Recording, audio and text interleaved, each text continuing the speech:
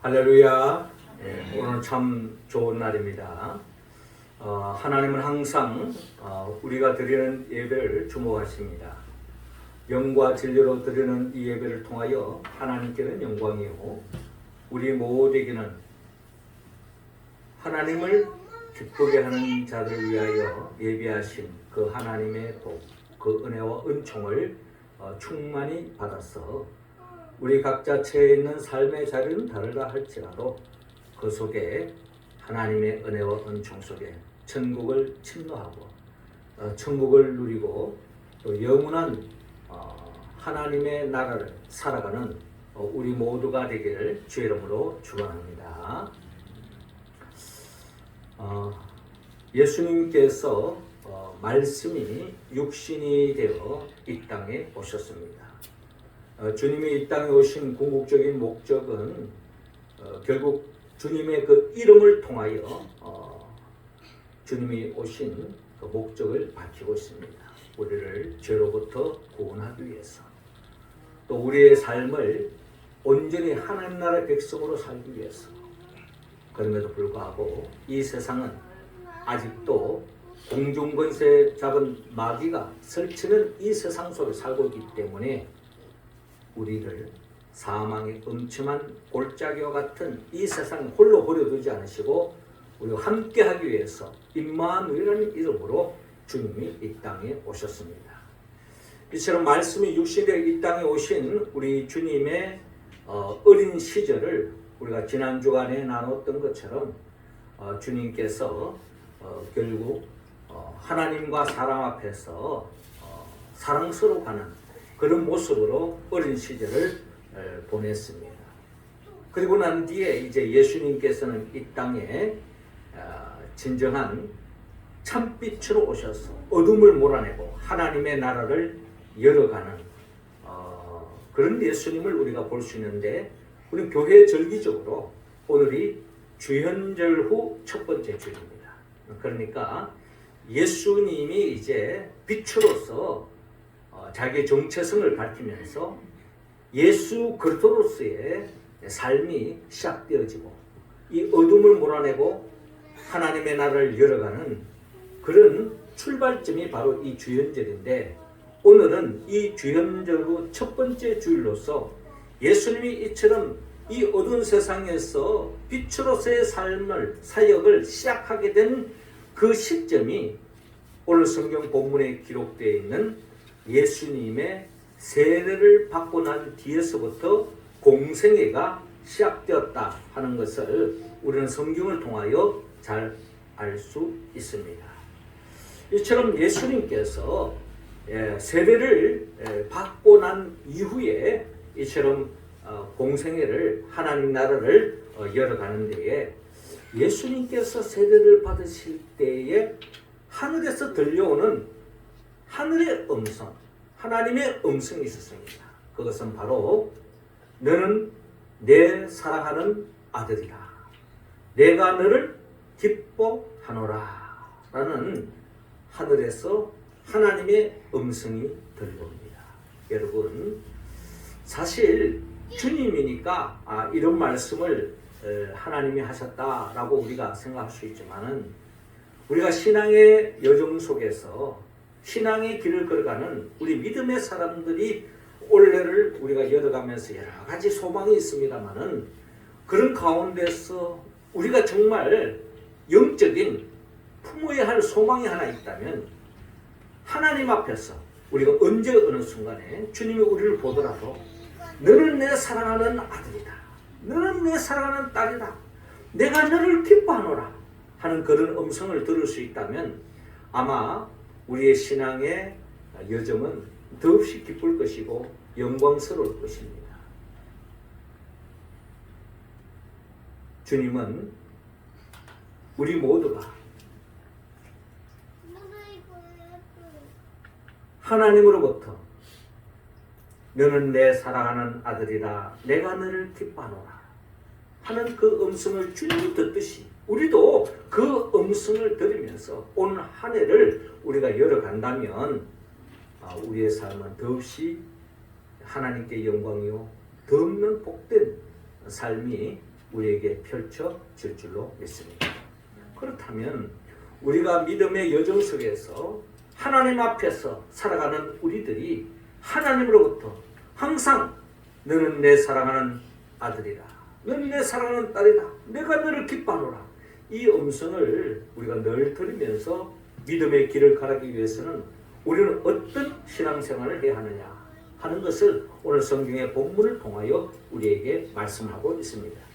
먼저 주님은 오늘 본문 16절을 중심으로 주님을 높이라고 말씀하고 있습니다. 자, 16절 말씀 우리 같이 한번 읽어봅시다. 시작. 요한이 모든 사람에게 대답하여 이르되 나는 물로 너희에게 세례를 베풀거니와 나보다 능력이 많으시니가 오시나니 나는 그의 신발끈을 풀기도 감당하지 못하겠노라. 그는 성령과 불로 너희에게 세례를 베푸실 것이요. 아멘. 자, 오늘 성경 본문 누가복음 3장 15절부터 시작되고 있는데요.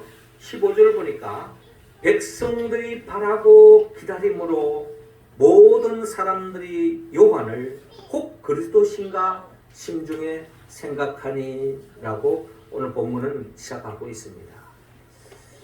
백성들이 그 당시에 많은 이스라엘 유대인들이 그들이 오랫동안 역사 속에서 기다리고 기다렸던 에덴 동산에서 쫓겨난 그 이후로부터 하나님의 백성이라면, 하나님을 아는 사람이라면 하나님의 약속대로 메시아 그리스도가 오시기를 갈망했습니다. 왜냐하면 그 메시아, 그 그리스도가 오면은 우리가 이 땅에서 에덴 동산에서 쫓겨난 이후로부터 어려움과 고통과 죽음의 자리에서 온전히 자유로울 수 없는데 여기서 완전히 우리를 해방시켜주고 우리를 구원시켜주고 다시 에덴 동산과 같은 하나님의 나라의 복을 충만히 누릴 수 있는 그런 세상을 열어줄 분, 그분이 성경에 말하는 메시아 그리스도가 오면은 그와 같은 역사가 펼쳐진다고 그들은 하나님의 약속을 믿었기 때문에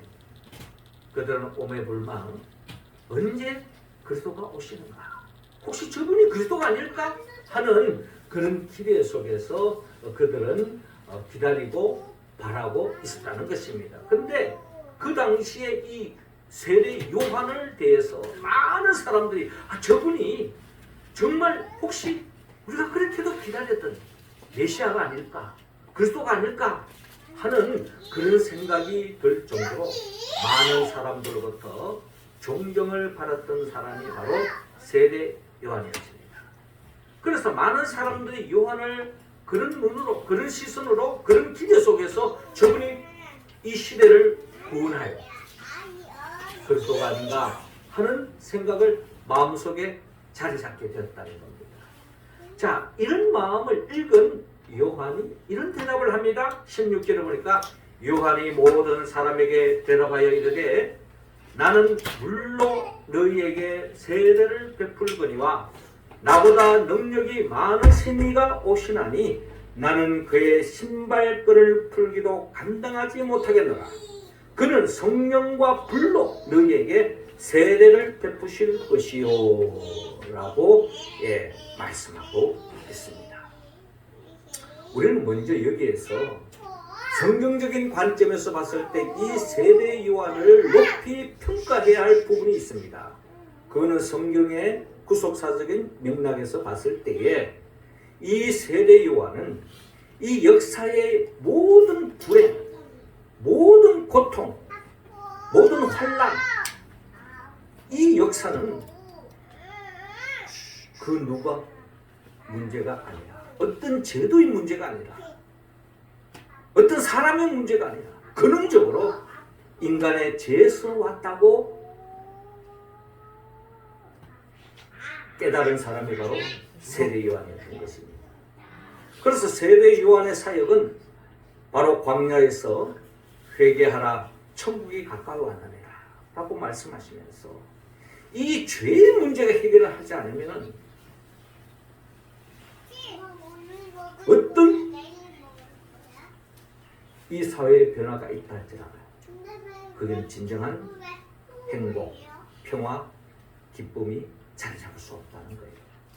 그래서 세례 요한은 가장 민감하게 생각했던 것이 바로 죄였습니다. 죄의 문제를 해결했다. 그래서 그는 요단강에서 세례를 베푸는데 회개케 하는 죄사함의 세례를 베푼 것이 바로 세례 요한의 사역이었던 것입니다. 이런 나름대로의 이 세례 요한의 이 생각은 세례 요한의 개인적인 생각이 아니었습니다. 성경의 구속의 역사 속에서 구약에서 창세기부터 시작되는 모든 선지자들의 공통적인 말씀이었습니다. 죄의 문제가 해결되지 않으면 진정한 행복이 없다. 하나님의 나라와 멀어질 수밖에 없다. 그래서 이 죄의 문제를 해결하기 위해서 세례 요한이 할 수 있었던 것은 물로서 세례를 주는 회개하라는 거예요. 회개하라는 거예요. 그런데 물로서 회개를 하라고 하지만 그러나 여러분 우리가 한 번 회개했다고 그 다음부터는 온전히 회개의 삶을 살아갑니까? 또 죄를 짓는 것이 우리의 실존이듯이 여기에 세례 요한은 한계를 본 거예요. 그래서 세례 요한은 나를 향하여 너희들이 그리스도가 아닌가라고 생각하고 있지만 나는 아니다. 그는 나는 물론 너희에게 세례를 베풀거니와 나보다 능력이 많으신 이가 오신다는 겁니다. 내가 아니고 너희들을 진정 구원하실 메시아는 지금 오고 계신다는 거예요. 나는 그의 신발끈을 풀기도 감당하지 못하겠노라. 그는 성령과 불로 너희에게 세례를 베푸실 것이라. 불과 성령과 불로 세례를 베푸실 그분 누구예요? 그분이 결국 예수 그리스도를 이야기하는 겁니다. 예수 그리스도만이 성령과 불로 세례를 베푸실 것인데 그 성령과 불로 세례를 받지 않으면 우리는 진정한 죄의 문제에서부터 자유로울 수 없고 구원받을 수 없다라는 것을 세례 요한은 지금 밝히고 있는 것입니다. 그러면서 세례 요한은 요한복음 3장 30절에 이런 말을 합니다. 그는 흥하여야 하겠고 나는 쇠하여야 하리라. 그러니까 자기 자신은 마치 지는 해와 같다는 거예요. 그런데 성령과 불로 세례를 주신 예수 그리스도는 흥해야 한다 하면서 예수님을 높이고 있는 세례 요한을 우리는 볼 수가 있습니다. 자기를 주목하지 말고 예수님을 주목하라는 거예요. 그분이 우리의 메시아고 그리스도라는 것을 세례 요한은 아마도 태중에서부터 그는 성령의 역사 속에서 깨달았고 또 그것을 지금 증거하고 있는 것입니다. 자, 이러한 세례 요한에 대해서 예수님은 어떻게 평가합니까? 누가복음 7장 28절에 보면요. 여자가 낳은 자 중에 요한보다 큰 자가 없도다라고 주님이 이 세례 요한을 높이 평가합니다. 자기를 높여주니까 나도 그냥 인사치레로 하는 그런 이야기가 아니에요. 예수님이 왜 세례 요한을 높이 평가했습니까? 세례 요한은 어떻게 보면 구약의 마지막 선지자라고 이야기할 수 있고 신약 시대를 이어가는 예수님의 길을 준비했던 분이 바로 세례 요한인데 이 세례 요한은 결국 죄의 문제가 해결되지 않으면 진짜 이 역사의 문제가 해결될 수 없다는 것을 깨달았기 때문에 그런 세례 요한을 예수님이 높이 평가했던 것입니다. 여자가 낳은 자 중에 요한보다 큰 자가 없도다 라고 말씀하고 있습니다. 자, 요한복음 5장 23절에 보면요. 아들을 공경하지 아니하는 자를 그를 보내신 아버지도 공경하지 아니하느니라 라고 말씀합니다. 그러니까 예수를 알아보고 예수를 높이면요. 그것이 결국 하나님을 높이는 겁니다.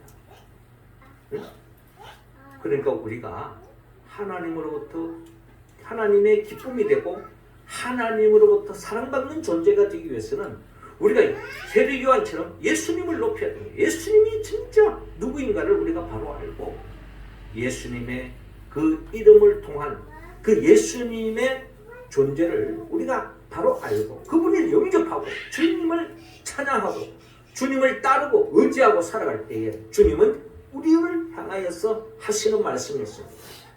마치 하나님께서 예수님을 향하여 이는 내 사랑하는 아들이요 내 기뻐하는 자라라고 말씀하셨듯이 주님을 믿고 주님을 찬양하고 주님을 의지하고 주님을 따르는 사람들을 하나님은 이는 내 사랑하는 아들이요 딸이요 내가 기뻐하는 자다라고 칭함을 받을 줄로 믿으시기 바랍니다.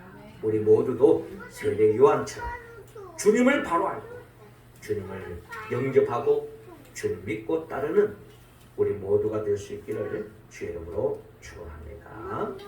이어 두 번째로 주님을 알라고 말씀합니다. 17절 말씀 우리 같이 한번 읽어봅시다. 시작. 손에 키를 들고 자기의 타작마당을 정하게 하사 알곡은 모아 곡간에 들이고 쭉정이는 꺼지지 않는 불에 태우시리라. 아멘. 자, 오늘 본문 17절을 보니까 세례 요한이 이런 말씀합니다. 손에 키를 두고, 그러니까 이 예수님이 어떤 분인가를 세례 요한이 지금 증거하고 있는데 손에 키를 들고 자기의 타작마당을 정하게 하사 알곡은 모아 꽃간에 들이고 쭉정이는 끄지지 않는 불에 태우시리라 라고 말씀합니다. 그러니까 성령과 불로서 세례를 줄 우리의 구원자이실 뿐만 아니라 그 예수님은 역사의 마지막 심판자라는 것을 세례 요한은 지금 증거하고 있는 것입니다. 심판자,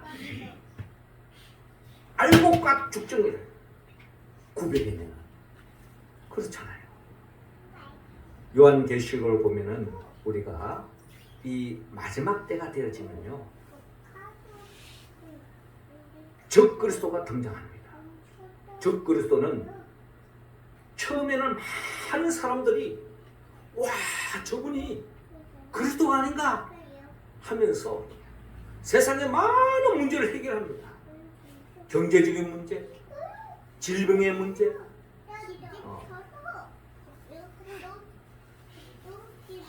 또 전쟁으로 인한 갈등의 문제, 이런 문제를 막 해결하니까 와 저분이야말로 진짜 우리가 기다리던 메시아가 아닌가 라고 혹 하고 모든 사람들이 그분을 따를 만큼 그렇게 유혹에 빠진다는 거예요. 그런데 어느 순간에 딱 되어지면 적그리스도가 자기의 정체를 밝힙니다.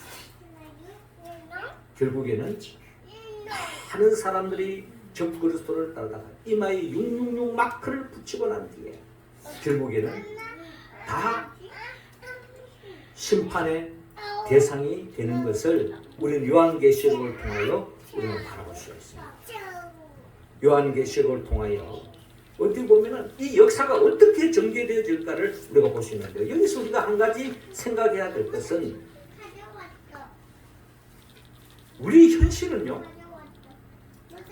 민주주의를 추구하는 세상 속에서 살아가고 있기 때문에 절대 다수의 목소리가 마치 진리인 것처럼 생각할 때가 많이 있습니다. 그렇잖아요. 목소리가 큰 사람이 말이 맞는 것 같고 다수가 따르고 다수가 지지하고 다수가 가는 길이 그게 진리가 아닐까라고 생각하는데 여러분 그게 진리일 수도 있지만 아닐 수도 있다는 것을 우리는 성경을 통해서 깨달을 수가 있습니다. 세례 요한이 지금 왜 이런 말을 할까요? 진정한 알곡과 쭉정이를 갈려내실 분은 주님밖에 없다는 거예요. 왜? 우리는 한순간에 미혹되고 한순간에 콩깍지가 씌어가지고 또 잘못된 소문에 의해서 정보에 의해서 우리가 잘못된 선택, 잘못된 생각에 빠질 수 있는 가능성이 우리 모두가 있다는 것입니다. 왜? 이 세상에서는 그런 가능성이 우리는 다 가지고 있다는 것입니다. 그래서 지금 세례 요한은 지금 왜 이런 심판적 이야기를 하느냐? 여러분 세례 요한의 인생을 한번 들어가 보세요. 세례 요한의 인생이 어떻게 했습니까? 오늘 보면 19절 이하에 보면 세례 요한이 앞으로 어떤 인생을 살아갈 것을 미리 밝히고 있습니다. 19절을 보니까 분봉왕 헤롯은 그의 동생의 아내 헤로디아의 일과 또 자기가 행한 모든 악한 일로 말미암아 요한에게 책망을 받고 그 뒤에 한 가지 악을 더하여 요한을 옥에 가두니라 라고 말하고 있습니다. 여러분, 그 누구보다도 죄의 심각성을 알고 이 세상을 바로 세워보겠다고 몸부림쳤던 세례 요한 아닙니까? 그런데 그 세례 요한이 헤롯 왕으로부터 죄를 덮으시고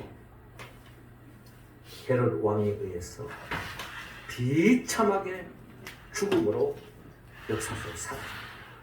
이게 바로 세례 요한의 인생이었어요. 그것도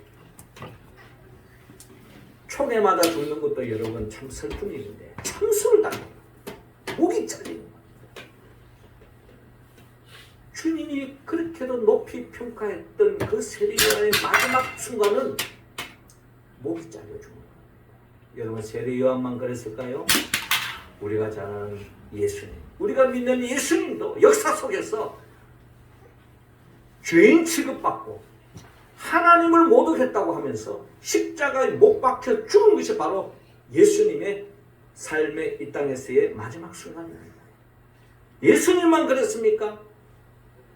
예수님의 12 제자들도 어떻게 본다면 다 순교를 당했어요. 그 역사의 그 현재 그 상황 그 시대 정신에서는 다 죽어 마땅한 비참한 죽음으로 삶을 마감했습니다.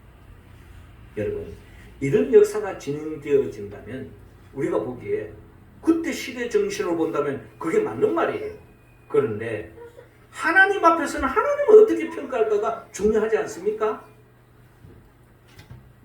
우리가 지금 시간이 많이 지나면서 그런 세례 요한에 대하여 그런 예수님에 대하여 그 시대 정신 그 시대 상황 속에서는 다 죄인 취급받았는데 시간이 지나 보니까 그분이 의인 중에 의인이었고 정말 진정한 올바른 사람이었구나 하는 것을 우리가 깨달음을 볼 때에 우리는 진정한 역사의 심판주는 오직 예수님밖에 없다는 것을 여러분 기억하셔야 됩니다.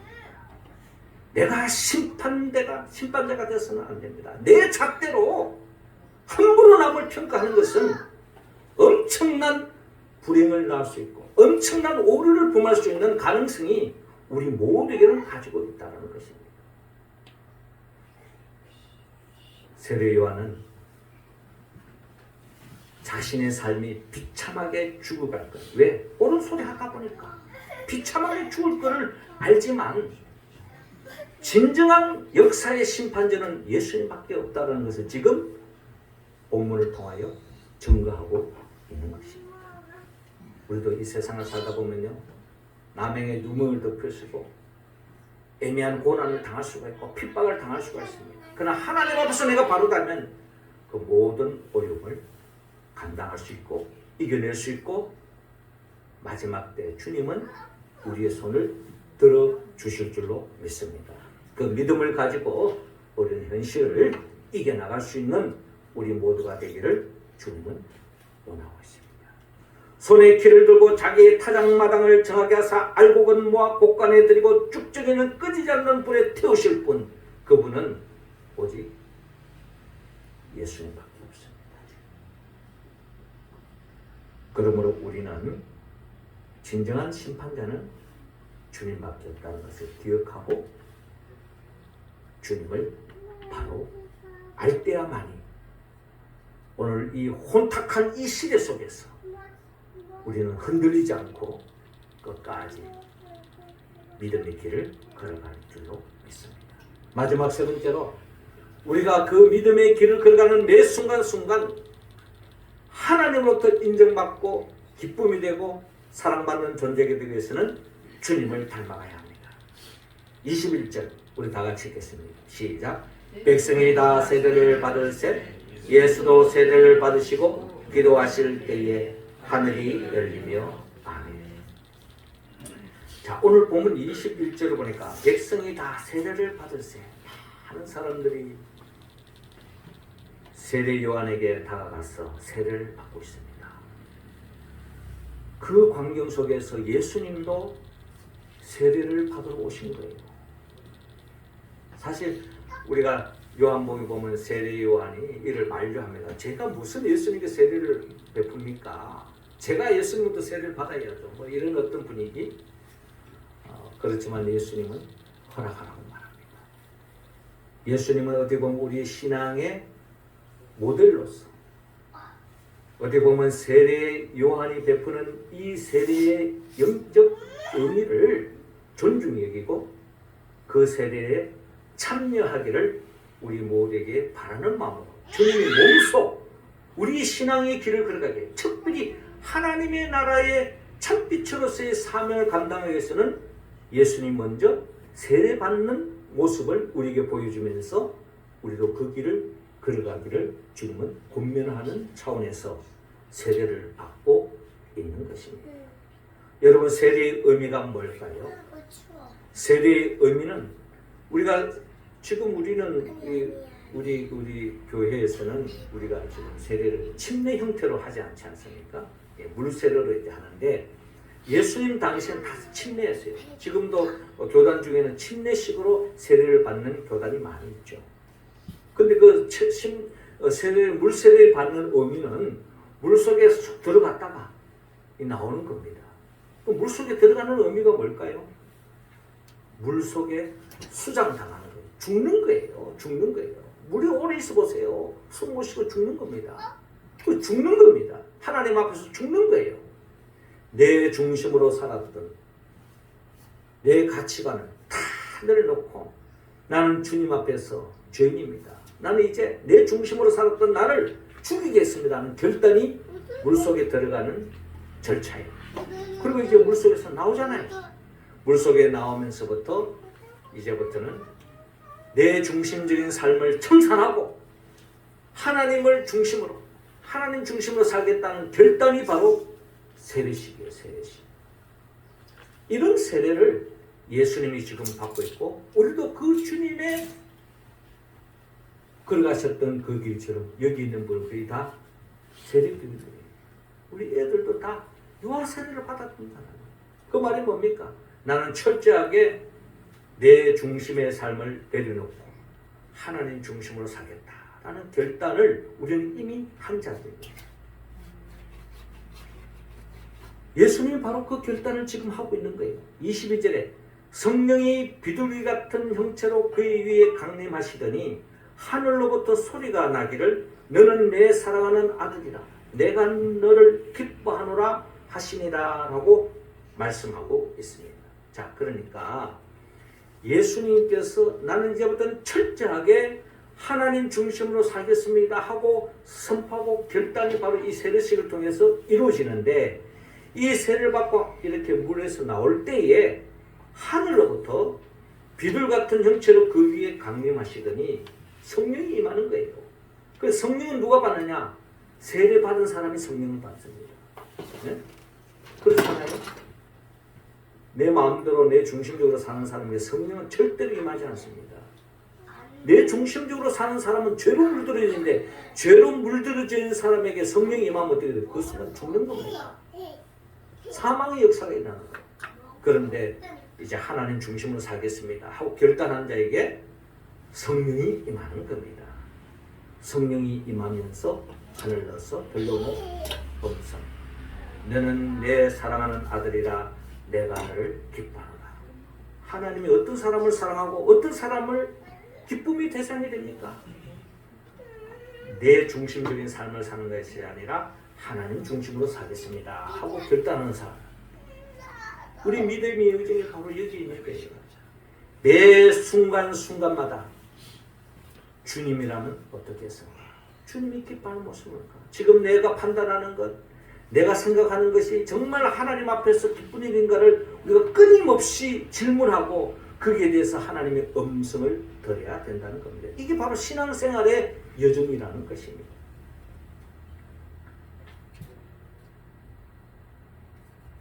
세례를 받으시고 기도하실 때, 이때 예수님이 세례를 받고 기도를 하셨어요. 여러분, 우리가 본받아야 할, 우리가 예수님을 닮아야 할 부분에 있어서 주님이 걸어가셨던 그 발자취를 우리가 따라가는 거잖아요. 그래서 우리가 주님을 닮기 위해서 우리가 다 세례를 받았어요. 그 다음에 세례를 받고 주님이 하신 일이 뭐냐? 기도를 하셨습니다. 여러분, 주님의 기도는요, 성경에 나타내는 주님의 기도는 잘 살게 해주세요, 건강하게 해주세요, 뭐 복받게 해주세요, 이런 내용보다는 주님의 기도에 그 주님의 그 깊숙한 주님의 그 가장 그 마음속 깊은 곳에 자리 잡은 갈망, 기도, 그거는 바로 뭐냐면 나의 원대로 마시고 아버지의 원대로 하옵소서. 이거 바로 주님의 기도였어요. 주님의 기도는 여러분 일회성으로 끝나지 않습니다. 세례 받을 때만 이제 하는 뜻이 뭡니까? 한 뜻으로 살겠습니다, 결단하는 차원에 머무는 것이 아니라 우리가 성경에 보면 주님은 끊임없이 밤늦게 새벽 미명에 산에 올라가서 하나님께 기도하지 않습니까? 그 기도의 모든 내용은 오늘 고생하지 않게 해주십시오, 힘들지 않게 해주십시오, 오늘 아프지 않게 해주십시오, 오늘 배부르게 해주십시오, 오늘 잘 먹고 잘 살게 해주십시오, 이게 아니라 나의 원대로 마시고 아버지의 원대로 하옵소서. 이게 끊임없는 주님의 기도였다는 것입니다. 우리도 이러한 주님을 닮아야 될 줄로 믿습니다.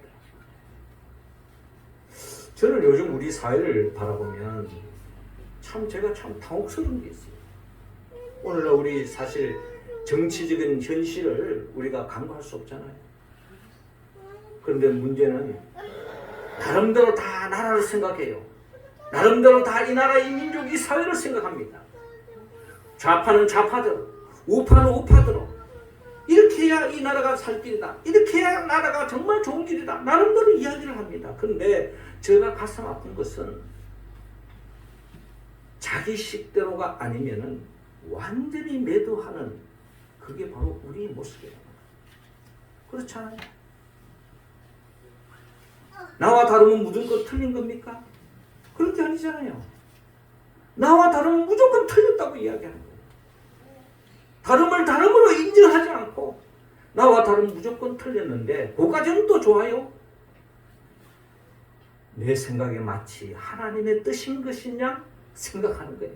그러면서 서로서로를 향해서 어떻게 목사가 어떻게 목사가 좌파를 지향할 수 있느냐, 어떻게 목사가 우파를 지향할 수 있느냐, 이렇게 하면서 서로 손가락질하고 있는 게 오늘의 우리의 현실이라는 겁니다. 여러분, 하나님은 어디에 손을 들지 역사 속에서 아무도 모릅니다. 좀 슬픈 현실이지만 이 땅의 역사는 그래요. 때로는 예수님은 십자가 못 박혀 죽는데 주님은 손을 들어줍니다. 막을 수도 있잖아요. 예수님이, 하나님이. 예수님이 왜 십자가에 못 박혀 죽도록 놔둡니까? 세례 요한이 왜 참수당하도록 놔둡니까?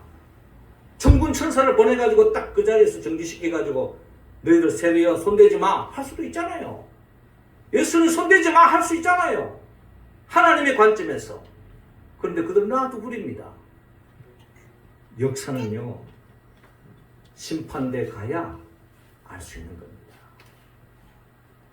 모르게 어떻게 역사할지 몰라요. 이스라엘 백성들의 바벨론 포로로 잡혀가는 것, 그게 진정한 주님의 뜻이었습니까? 그런데 하나님은 바벨론 포로로 가도록 놔둬버렸어요. 우리는 여기에서 생각해야 할 바는 끊임없이 내 생각이 맞다 할지라도 하나님 앞에서 진정한 하나님의 뜻이 어디 있습니까? 우리를 물으면서 가야 하는 것이 우리 신앙의 여정입니다. 예수님도 겟세마네 동산에서 주여 이 잔을 내게서 지나가게 하옵소서, 이게 주님의 분명한 뜻이었어요. 그러나 나의 원대로 마시고 아버지의 뜻대로 하옵소서. 이게 바로 주님의 이 땅에서 보여준 신앙의 여정이었고 자세였다는 겁니다. 우리도 그 주님을 닮아야 될 줄. 내가 아무리 무슨 계시를 받았할지라도 하나님의 뜻이 어딘가를 끊임없이 묻고, 이게 분명 잘못된 것임에도 불구하고 역사는 그렇게 흘러갈 수도 있다는 것을 여러분 기억하셔야 됩니다.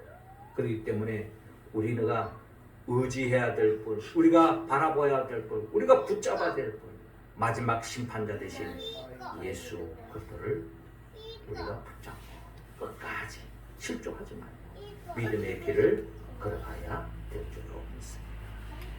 그렇게 할 때에 너는 내 사랑하는 아들이라 내가 너를 기뻐하노라 하는 이 음성을 우리는 삶의 자리에서 들을 줄로 믿습니다. 사랑하는 성도 여러분, 하나님은 우리 모든 성도들이, 우리 성도 가운데도 좌를 지향하는 사람도 있고 우를 지향하는 사람이 있어요. 우리 교회가 뭡니까? 두 날개로 날아오르는 건강한 교회예요. 오른팔만 있어도 안 돼요. 왼팔만 있어도 안 돼요. 건강한 사회는요, 오른팔을 지향하는 사람도 있고 왼팔을 지향하는 사람도 있고, 이게 서로 잘 이렇게 작동할 때에 새가 하늘을 날 수 있는 겁니다. 그렇잖아요? 이게 작동이 안 되면 어떻게 됩니까? 그 자리에서 뱅뱅뱅 도는 거예요. 오른손만 휘저으면 왼쪽으로 계속 돌 것이고, 왼손만 휘저으면 오른손으로 그 자리에 맴도는 겁니다. 우리 교회는 두 날개로 날아오는 교회예요. 그러나 우리 중심을 잡아야 됩니다. 내 생각, 내 눈, 끊임없이 하나님의 뜻이 있는지 우리가 물어봐야 돼요. 왜? 예수님의 삶이 그랬기 때문에. 그런 예수를 우리는 높여야 됩니다. 우리는 역사 속에서 아무리 자기의 방법이 있다 할지라도 죄로 물드는 사람은 하나님 일을 할 수 없는 거죠. 그래서 세례 요한은 예수를 높였던 것입니다. 우리도 끊임없이 주님을 높이고 주님이 진정한 심판자라는 것을 기억하고 끊임없이 나의 원대로 마옵시고 아버지의 원대로 하옵소서 기도하면서 하나님의 뜻을 묻고 이 역사 속에서 하나님은 어떻게 역사하고 진행해 가실지를 우리가 바라보고 그 속에서도 끝까지 주님을 놓치지 않고 믿음의 길을 걸어가는 우리 모두가 되기를 주의 이름으로 축원합니다. 기도드리겠습니다. 하나님 아버지, 이 시간 우리 각자 한 사람 한 사람에게 성령의 기름을 부어 주옵소서. 성령 충만함으로 세례 요한이 예수를 알아봤던 것처럼 우리가 주님을 알아보고 주님을 높이고 또 주님을 닮아가서